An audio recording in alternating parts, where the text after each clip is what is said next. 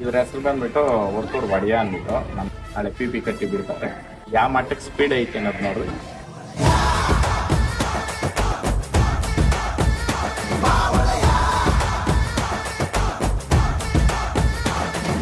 ಸಿಡಿಲಿವನು ದಾರಿ ಬಿಡಿ, ಹುಡುಗಿವನು ನೀ ದೂರ ನಡಿ, ಭಯವಾದ್ರೆ ದೂರು ಬಿಡಿ, ಬಂದಿದೆ ಬೆಂಕಿ ಗಿಳಿ.